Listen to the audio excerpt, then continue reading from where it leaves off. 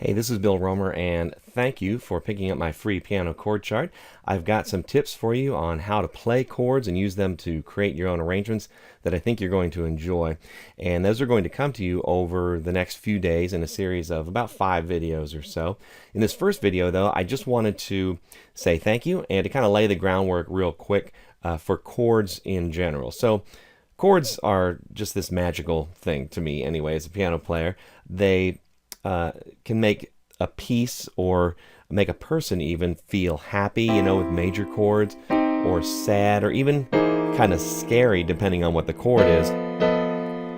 And they provide a harmonic foundation for melody. So if a melody is a linear succession of notes that form a specific idea, then the harmony is the playing of multiple notes at once. So chords, in other words. And chords provide what's called the harmonic foundation to the melody in a song, all right?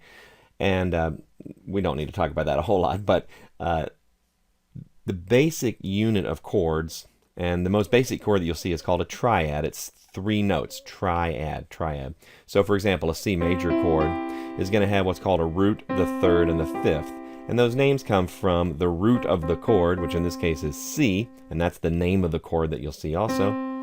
The third, which is the third note of the major scale. We'll talk about that in a later video. And the fifth, which again is the fifth note of the scale. So they're built usually from a root, third, and a fifth. Okay? And in this chord chart, I did not write them out in terms of piano music. They're just pictures of the keyboard because I want you to learn the chords on the piano, not necessarily reading the chord in piano music. Because my favorite way to play is from a lead sheet which just has the melody and the chord notation on it.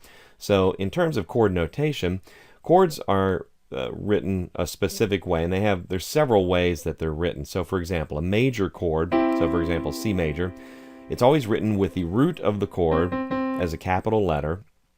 And so on the piano, if you're still not totally familiar with the keys, we have A starting here, B, C, D, E, F, G, just the alphabet like that. All right. And when you say sharp, you move a note up a half step, and flat moves it down a half step, whether it's white or black. So B sharp, B flat, D sharp, D flat. Okay. So notation for a major chord, like a C major chord, you'll write the capital of the root of the chord, so capital C, just like that.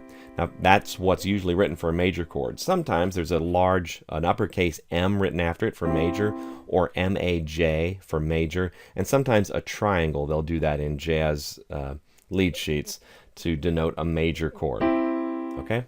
Minor chords are written still with a capital of the root of the chord, so like a capital C, but you need to denote that it's minor, so they'll write like a lowercase m after that C, or M-I-N, lowercase, for minor, or sometimes a minus sign, C minus. You'll see that written too, okay?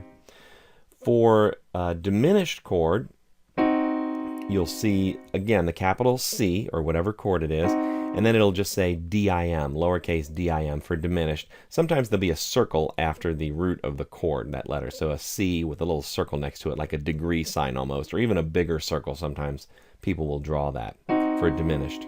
For augmented chords, you'll see again the root of the chord, C, for example, and then it'll say AUG for augmented, or there might be a plus sign after the chord. C plus is what they do for augmented, because it kind of pluses the chord. It adds a little extra half step in there. All right.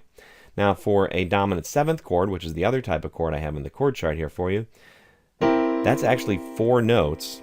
So it's not a triad, okay, but it's written as C7. Nothing between the C and the 7, just C7. So any chord root with a 7 after it is that dominant 7th chord, and I have all of them in there for you. So it's just the chord root and a 7, like that. And we'll talk a little more about some other 7ths in the upcoming videos, okay? Now, certain chords are static and dynamic. So a major chord is a nice static chord. It just sits there and it's happy to sit there by itself, make its sound that major sound. Same way with a minor chord. All right. What I mean by dynamic chords is sometimes a chord like a 7 chord wants to move to the next chord. It sounds like it. So it's kind of dynamic. It's more of a chord that's used in moving through music. Diminished chord is like that also. Usually diminished chords are used moving between chords. Well, let's see here. Like that. So a diminished chord is also a type of dynamic chord. Now that's just sort of some extra information for you. You don't really need to know that, but I wanted to point that out. Now, you can use chords in your left hand. You're not going to be playing chords a lot down there. Most of the time, the simplest thing you can do is just play the root of the chord in your left hand while you play the chord with the right. That makes a nice rich sound. It gives you a bass, or just play a single note. That really fills out the sound, okay? Or you can play in octaves like I did, both at once. You can also play a chord in your left hand, but if you play a chord in close position, what it's called, with the chord tones close to each other, it's way too muddy. So we can do an open voicing, and for example, if I take this third out, this E, and move it up top, I get this nice rich sound in the left hand. Now you got to have kind of a stretch in your left hand to be able to do that, or just roll it up, or just put the fifth in there up to the octave. So you can do several things in your left hand to create a bass pattern. Use the bottom and the top of the chord. The root and the fifth are always a great choice for just about anything.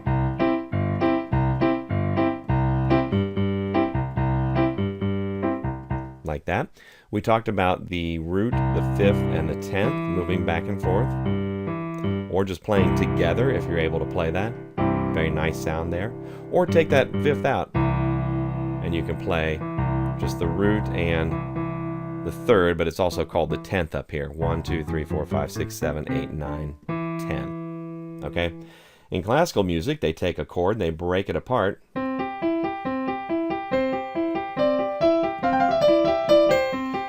Something like that. But anyway, they're just doing 1, 5, 3, 5. They're just breaking that chord up. Or an F major chord. Has a specific sound to it, that classical sound. Okay? Alright, so that's enough for this sort of introductory video. Like I said, there are about 5 videos coming your way showing you exactly how to use chords to create a quick arrangement of songs.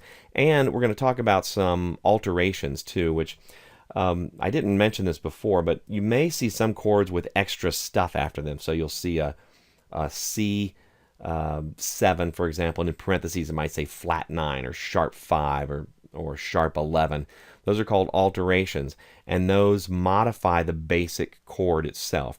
But it's best to start off learning the basic chords because those are really the foundation of what you need to know. The other things are just changes to those basic chords, and the operation of those chords in the music is basically the same, but those alterations just give them a slightly different color.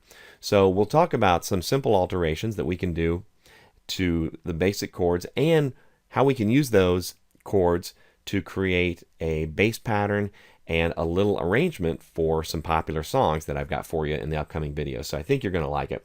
And as far as practicing goes, what I would suggest to learn these chords quickly is every day spend just a few minutes. You don't need a lot, or maybe a couple times, 2 or 3 times a day if you want. Just come by the piano and say to yourself, C major. Look at your chord chart, C major, up and down the keyboard.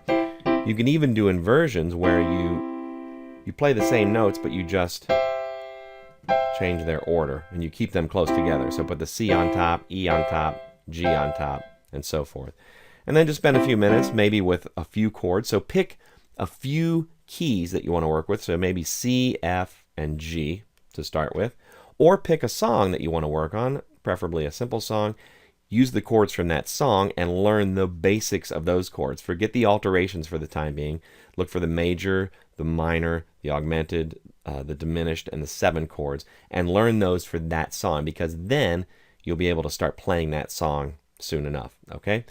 Now, also, Now listen to me when I tell you this. Practice in your mind, okay?